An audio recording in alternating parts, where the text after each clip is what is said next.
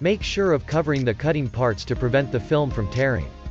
Cut your film, making sure to leave an overlap area of approximately 30 centimeters. Fold down each side and heat between the two layers of film to seal them. Tap lightly in the heated area to weld the films together. Heat the side. Fold in on the center.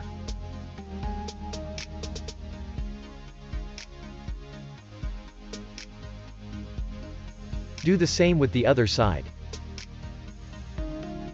Finish shrink wrapping the top of the object. Turn the object.